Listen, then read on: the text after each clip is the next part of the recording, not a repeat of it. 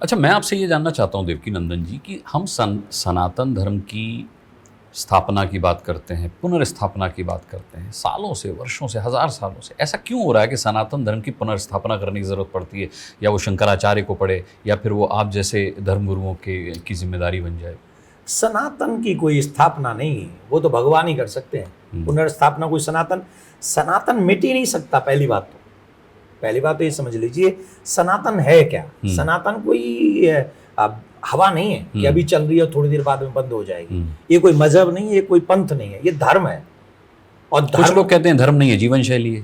मान लो जीवन शैली क्या है?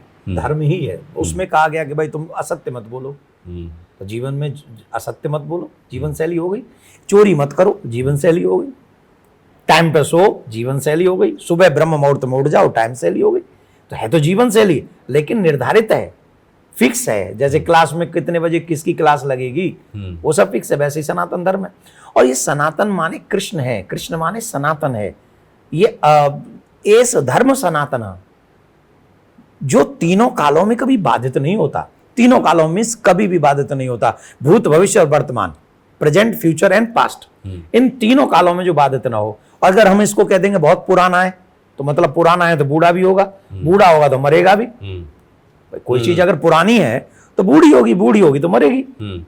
पुरातन, ये पुरातन कह देंगे तो सनातन मतलब पुराना हो जाएगा। ये है सामान्य सत्य, ना माने नूतन। अच्छा, जो सत्य है, जो नित्य नूतन है, और जो था है और रहेगा, वो एक ही है, वो है ईश्वर। था है और रहेगा, वो सिर्फ ईश्वर है।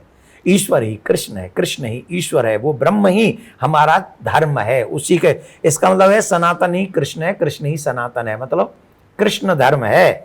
और इसीलिए गीता में कहते हैं यदा यदा धर्मस्य ग्लानिर्भवति भारत अभ्युत्थानम् अधर्मस्य तदात्मानं सृजाम्यहम्। इसीलिए मैं युग युग में लोगों को धर्म का आचरण करने के लिए, प्रेरित करने के लिए आता हूं।